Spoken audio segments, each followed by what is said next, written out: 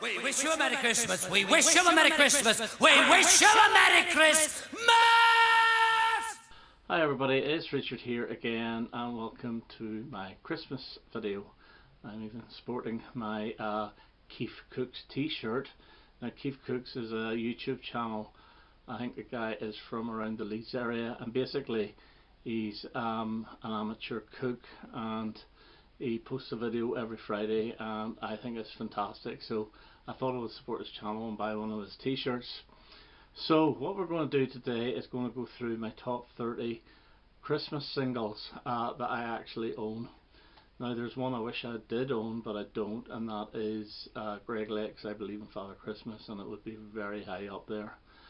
So we'll start off with number 30. Some of these are rubbish now.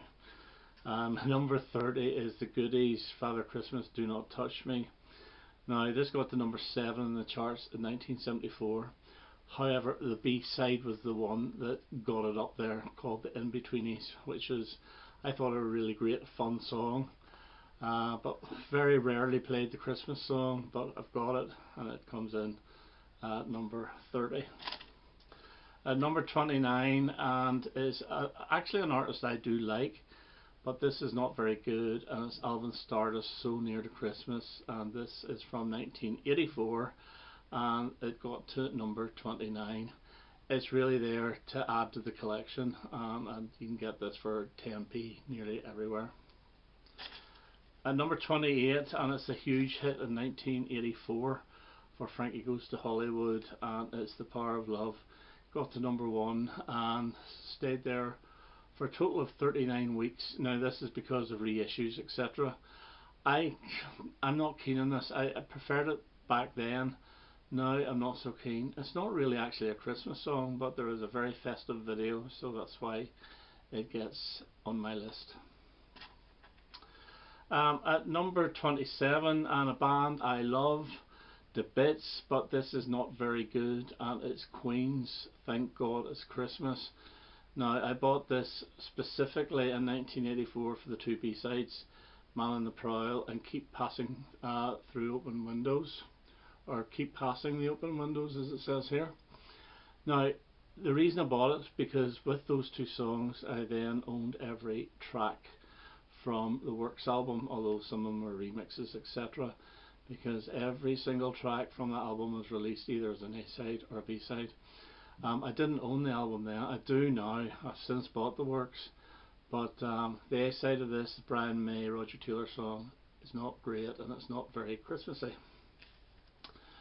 Okay, at number 26, and we have another one of my favourite bands, but again this is not very Christmassy, and it's Squeeze, Christmas Day.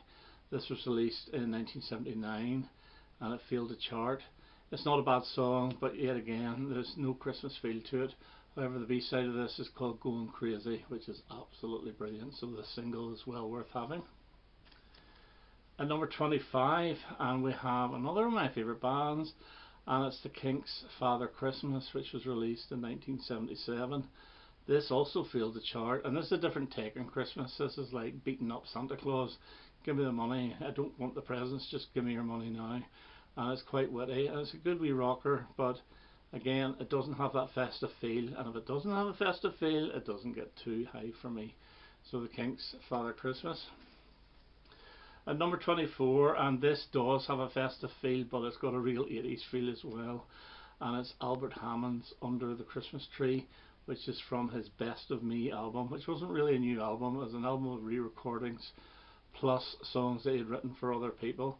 I do quite like this. I haven't played it this year yet, but it is very 80s and it failed to chart as well, so that's number 24. At number 23, and a massive hit in 1988, and I admit I loved it at the time, and I bought it when it first came out before it got to number 1, and it's Cliff Richard's Mistletoe and Wine. I thought it was a fantastic song. I remember buying this whenever I was at college. I couldn't wait to get home to play it, you know, because I didn't have a record player in my digs. So it gets my number 23. Now at number 22 you think, oh my god, he's got this very low, and it's TRex's Christmas Bop. Now this was originally supposed to come out in 1975 with the B-sides Metal Guru and Telegram Sam, but they got cold feet and didn't release it. I think they should have released it because it's a decent song. However, there's always one thing that annoyed me about this, was the words "Christmas, here comes the sun." Okay, yes, there is sun at Christmas, but I would have thought "Christmas, here comes the snow" would have been better and would have made it more Christmassy. This single itself was released in 1982 and it failed to chart, and it gets my number 22. And number 21, and it's the second best selling single in the UK ever, and it is Bandy's "Do They Know It's Christmas." A little bit fed up with it, but this version is still the best. Although Slade do a very good version as well. I really like the Slade version, but this gets my number 21, and this has stayed for 96 weeks in the charts through reissues. And at number 20, and it's the newest one and from last year, it's Abba's "Little Things," which I'm just falling in love with this song. I still wish it wasn't part of the album because it is a Christmas song, but this is beautiful. The one thing that does annoy me is that the video version is better, because there's a little brass section at the very end of the song which really does lift it, and it really gives it that Christmassy feel, but unfortunately it's only on the video version and not on the single version nor the LP.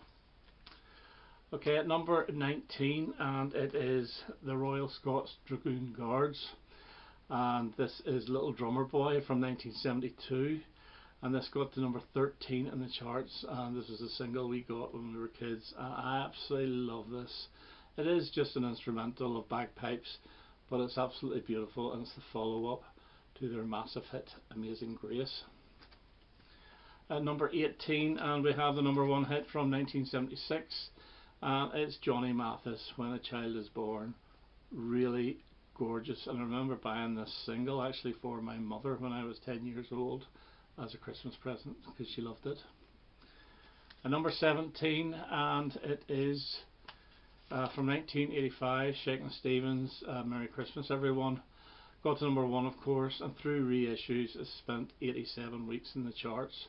This was recorded and ready to go for Christmas 1984, but because of Bandy, and I suppose because of "Last Christmas" by Wham, they held it back a year, and they were quite right too, because this went the whole way up to the top of the charts. I think if this was released in 84, the highest it would have got would have been number 3, possibly number 2, but definitely number 3, so that gets my number 17. Number 16 from 1973, and it is Steel Eye Span and "God Day Tay," and this is like a medieval song, and Matty Pryor's vocals are absolutely gorgeous in it. The only thing I don't like about this is far too short. I wish it would go for another minute and a half, and it reached number 14. Okay, and number 15 in my list is Paul McCartney's "Wonderful Christmas Time" from 1979. Yeah, this is very basic. It took me a while to actually like this, but I really do appreciate it now. Maybe a little bit of overexposure, but still, it's a really great Christmas song. Got to number 6 that year in 79, but since it spent 46 weeks in the charts. And number 14 is John Lennon's and Yoko Ono's "Happy Christmas, War Is Over." Now this got to number 4 in 72, and then after he died it got to number 2 in the end of 1980, start of 81.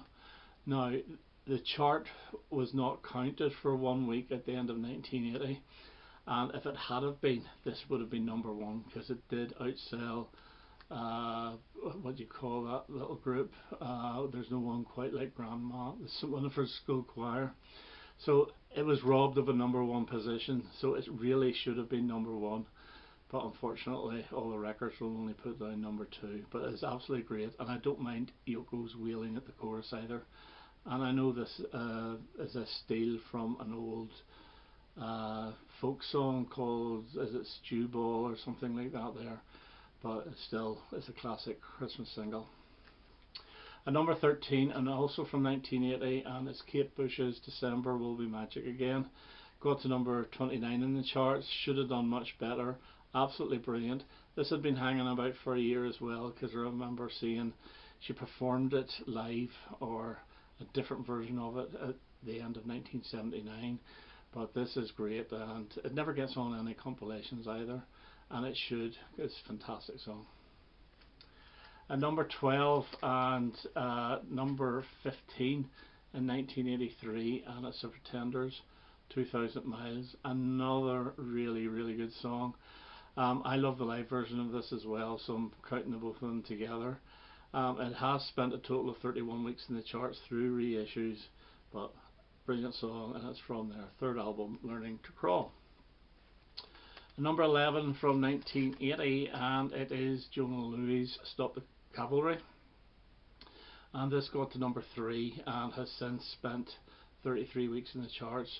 You know, it's catchy as hell. It's only a second hit single, but you hear it every year, and brilliant. Absolutely love it. Now going into the top 10, and my number 10 is Boney M's Mary's Boy Child from 1978, number 1 hit. In fact, until this was actually one of the top 10 best-selling singles of all time in the UK. I think it's just dropped out now into the top 20, but this sold by the bucket load, and again, you do hear it every year. It has spent a total of 36 weeks through reissues, and deserves to get in my top 10. At number 9, the number 1 from 1974, and it's Mud's Lonely This Christmas, another brilliant song. OK Les Gray is really doing his Elvis Presley impression, but this is absolutely beautiful and has since spent 29 weeks in the charts, so that's my number 9. Now number 8 is a track from 1973, and it only got to number 24, and it's Elton John's Step Into Christmas. Now since that, it has actually reached the top 10, and its highest peak is number 8, and this has spent a total of 54 weeks in the charts. Standalone single between Goodbye Yellow Brick Road and Caribou. And I like this because the intro is like a guitar, an acoustic guitar.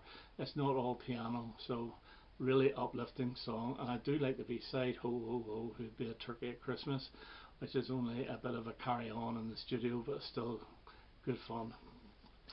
And my number 7, and it is Mike Oldfield's in Dulce Jubilo, which got to number 4 in 1975.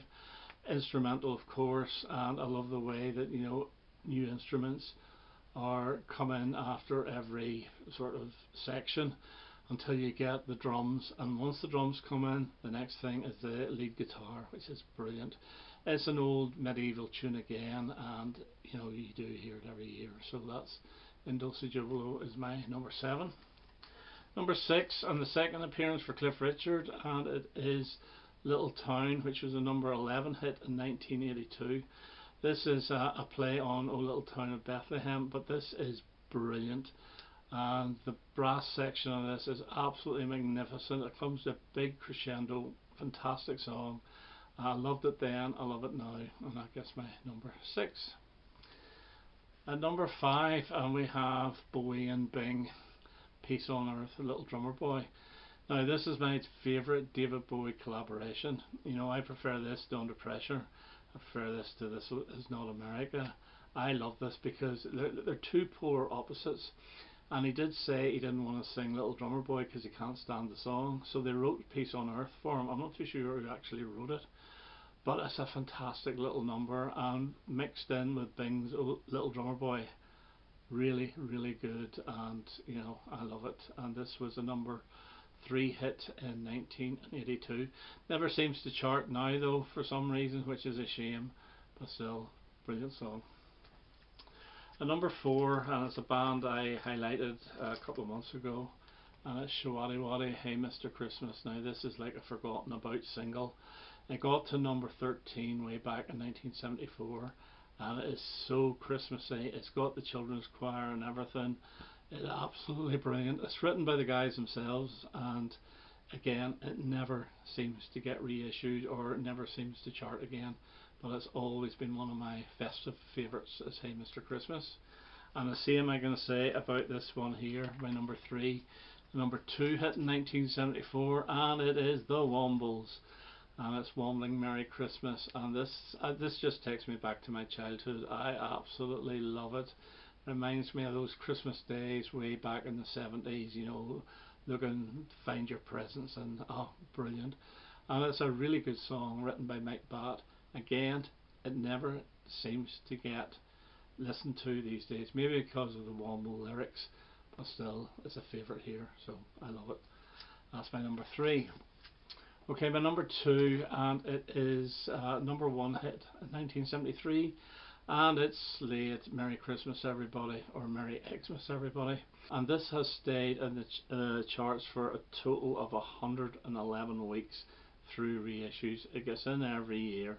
It's a Christmas staple. Everybody loves it, but as I say, Slade is not only for Christmas. They're a fantastic group, and it's a brilliant single, but it's not one of my favourite Slade singles, but I still love this, and it gets my number 2. So my number 1 is also from 1973, but it only got to number 4 in the charts, and it is Wizards, I Wish It Could Be Christmas Every Day. This is my favourite Wizards single. It has stayed a total of 91 weeks in the charts. Like the Slade one, it gets in every year and you hear it absolutely everywhere. Never ever have I got sick of this. I absolutely love it, and it's my favourite Christmas single of all time. Okay, so that's my top 30 of the ones I own. I hope you enjoyed that. And before I go, I just want to wish everybody a really happy Christmas, or whatever you celebrate. And I hope to see you soon. Okay, that's me for now. All the best. Bye bye. And Happy New Year! Where was you?